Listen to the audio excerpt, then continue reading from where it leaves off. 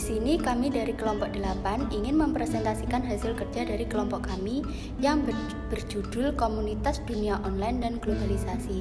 Sebelum masuk ke pemaparan materi, perkenalkan dulu anggota dari kelompok kami, yaitu saya sendiri Lisna Oktaviana, dan ada rekan saya Ika Nur Afni Yulia Safitri, dan yang terakhir ada Fadila Navarianata. Selanjutnya adalah sesi pemaparan materi yang akan disampaikan oleh rekan saya.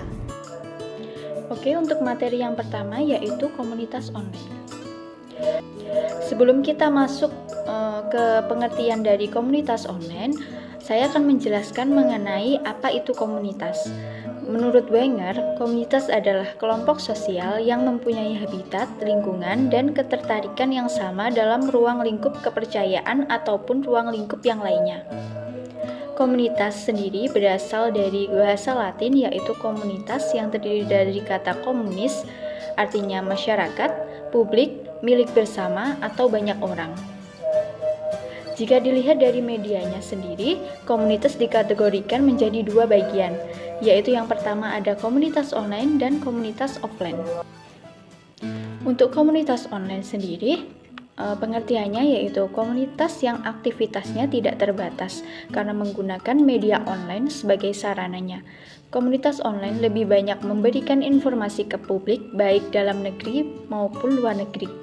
Komunitas online atau e-community biasanya digunakan untuk keperluan pendidikan, pekerjaan, sosial, atau tujuan lainnya. Sedangkan komunitas offline adalah komunitas yang proses sosialisasinya tidak menggunakan media online sebagai sarana penyaluran informasi, melainkan menggunakan tatap muka sebagai sarana untuk menyebarkan informasinya. Oke, selanjutnya apa sih manfaat dari komunitas online itu? Manfaat dari komunitas online sendiri yang pertama ada menciptakan ruang publik baru. Ruang publik adalah tempat berkumpulnya masyarakat untuk menyatakan opini, kebutuhan, dan kepentingannya secara terbuka dan bebas. Komunitas online bermanfaat untuk menciptakan ruang publik baru di masyarakat tanpa batasan apapun. Masyarakat secara demokrasi dapat menyampaikan aspirasinya baik untuk anggota komunitas lain, dan bahkan untuk pemerintahan. Yang kedua ada menjalin silaturahmi. Komunitas online memberikan manfaat untuk menjalin silaturahmi dengan sesama anggota komunitas. Dengan menggunakan internet, komunikasi dapat dilakukan dimanapun dan kapanpun, sehingga komunikasi lebih intens dan menciptakan keakraban antar anggotanya. Oke, yang ketiga ada saling bertukar informasi. Setiap komunitas online terdiri dari masyarakat yang berbeda-beda ilmu dan pengalamannya. Komunitas online menjadi solusi masyarakat untuk memudahkan seseorang untuk memperoleh informasi karena menggunakan sistem internet yang dapat diakses dimanapun dan kapanpun, sehingga dapat saling bertukar informasi. Yang keempat ada memperluas jaringan. Komunitas online menjadi wadah masyarakat untuk bertukar informasi secara cepat dan menjalin silaturahmi. Hal ini dapat menguntungkan anggota komunitas karena komunitas online memberikan manfaat untuk memperluas jaringan atau koneksi pertemanannya. Semakin banyak jaringan, maka semakin memudahkan seseorang untuk mendapatkan teman baru dan pengetahuan baru. Manfaat yang kelima yaitu berbagi pengalaman.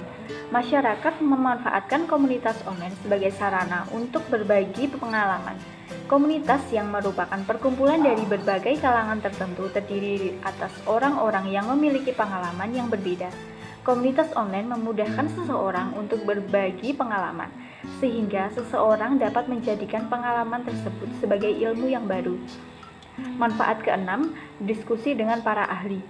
Perkumpulan dalam komunitas memiliki kegiatan yang salah satunya memberikan ruang diskusi dengan para ahli. Tujuannya untuk memberikan ilmu-ilmu baru dan berbagi pengalaman. Terkadang tanpa disadari setiap komunitas memiliki para ahli yang sebenarnya adalah seorang yang memiliki ilmu dan pengalaman lebih banyak mengenai komunitas tersebut. Yang ketujuh yaitu mengatasi segala masalah. Proses diskusi yang selalu diadakan dalam setiap komunitas memberikan manfaat untuk mengatasi segala masalah yang sedang dihadapi oleh seseorang. Komunitas biasanya berperan sebagai pendengar dan penasehat untuk permasalahan seseorang. Yang kedelapan, membangun karakter dan kepribadian. Komunitas online dapat membangun karakter dan kepribadian seseorang. Komunitas merupakan tempat berkumpulnya orang-orang yang berbeda karakter dan kepribadiannya. Hal ini memberikan dampak positif untuk seseorang yang tidak terbiasa bersosialisasi menjadi terbiasa. Orang yang introvert atau pasif dalam berbicara menjadi orang yang ekstrovert atau aktif dalam komunikasi. Keharmonisan komunitas dapat terjalin apabila setiap anggotanya dapat memahami karakter dan kepribadian masing-masing anggota. Oke, yang kesembilan yaitu menciptakan kebahagiaan. Komunitas online dapat menciptakan kebahagiaan. Setiap komunitas memiliki tema atau pembahasan yang berbeda-beda. Misalnya komunitas pecinta K-pop terdiri dari orang-orang yang menyukai K-pop. Aktivitasnya adalah mengetahui informasi-informasi seputar dunia K-pop.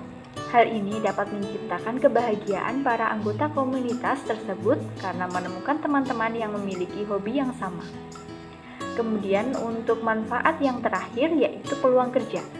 Komunitas online menjadi ajang untuk mencari teman baru. Semakin banyak teman, maka semakin banyak informasi baru yang didapatkan. Selain itu, komunitas online juga memberikan manfaat sebagai peluang kerja untuk masyarakat yang sedang membutuhkan pekerjaan. Dalam membangun sebuah komunitas online, ada aturan penting yang harus diperhatikan. Yang pertama, membuat akses mudah untuk berpartisipasi. Yang kedua, membentuk lingkungan yang ramah. Yang ketiga, beradaptasi dengan strategi konten seiring berjalannya waktu. Yang keempat, shout out dan mengucapkan terima kasih. Yang kelima, melakukan update secara teratur. Selanjutnya, contoh brand ternama mana saja sih yang sukses membangun komunitas online-nya? Di sini saya mengambil 4 contoh brand. Yang pertama ada Starbucks, kedua Sephora, ketiga Lego, yang keempat ada PlayStation atau PS. Yang pertama ada Starbucks. Perusahaan yang berbasis di Amerika Serikat ini menjadikan komunitas My Starbucks Idea sebagai media konsumen sehingga setiap orang bisa menyampaikan ide kreatif mereka untuk kemajuan perusahaan. Tidak hanya itu, komunitas yang dibangun secara online juga dapat berfungsi sebagai wadah melakukan analisis tren masyarakat terkait kebutuhan minum kopi hingga varian rasa yang diinginkan. Starbucks secara berkala menyebarkan survei pada komunitas tersebut, mengingat hingga saat ini sudah jutaan orang yang bergabung di dalamnya. Hal ini bisa menjadi panduan untuk menentukan inovasi baru pada produk minuman kopi Starbucks. Yang kedua ada Sephora. Di bidang perawatan tubuh dan kecantikan, Sephora sudah punya nama yang cukup berpengaruh. Sephora memiliki komunitas bernama Beauty Talk. Pada komunitas ini, anggotanya diberi kebebasan berpendapat, bertukar tips seputar kecantikan, hingga memberikan ide-ide yang out of the box. Digital marketing strategis yang memanfaatkan komunitas seperti ini yang diterapkan oleh Sephora terbilang cukup unik. Ketika konsumen mengirimkan foto selfie menggunakan produk dari brand Sephora, foto tersebut akan dihubungkan dengan halaman promosi produk, sehingga menjadi strategi social selling yang sangat berdampak pada return of investment atau ROI bisnis Sephora. Alasan lain Sephora membangun komunitas ini agar pihak perusahaan tak perlu terlalu intens melakukan promosi besar-besaran lagi, sebab melalui komunitas Beauty Talk, promosi sudah dilakukan secara maksimal dengan campur tangan dari anggota komunitas tersebut. Contoh yang ketiga ada Lego. Sama halnya dengan komunitas yang dibangun oleh brand lain, Lego juga mempunyai Lego Idea. Di sini para pecinta Lego bisa berbagi ide-ide mereka tentang desain Lego yang kekinian. Jika dianggap bagus dan memenuhi kriteria, maka perusahaan Lego tak segan menggunakannya sebagai desain produk mereka selanjutnya. Untuk contoh brand yang terakhir adalah PlayStation atau PS.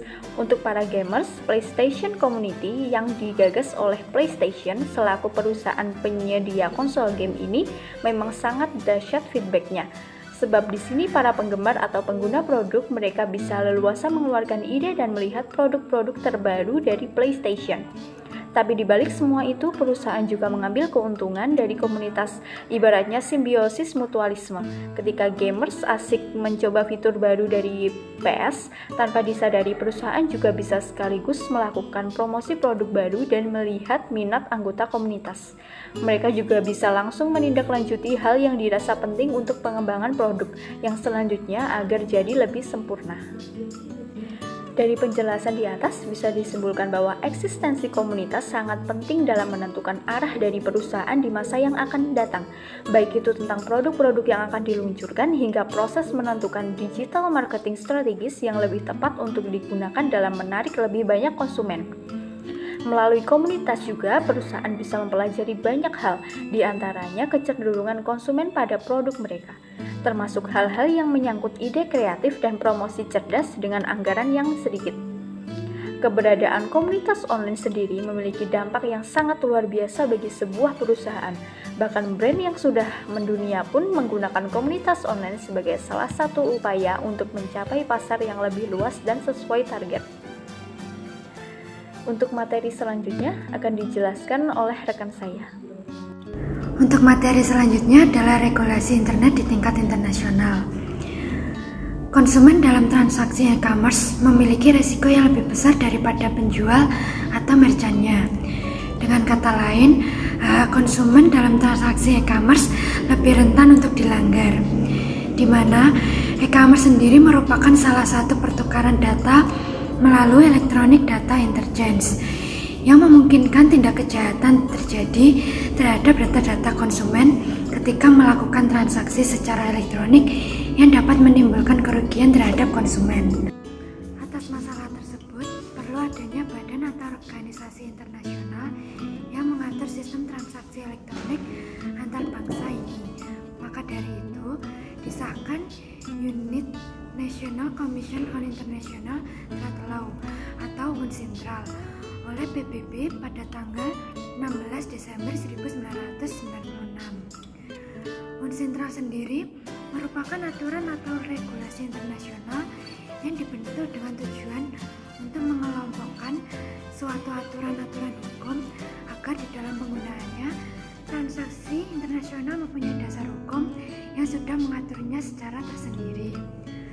Salah satu produk hukum dari UNCITRAL ialah Model Law on Electronic Commerce yang bertujuan untuk menggalakkan aturan hukum yang seragam dalam penggunaan jaringan komputer guna transaksi komersial.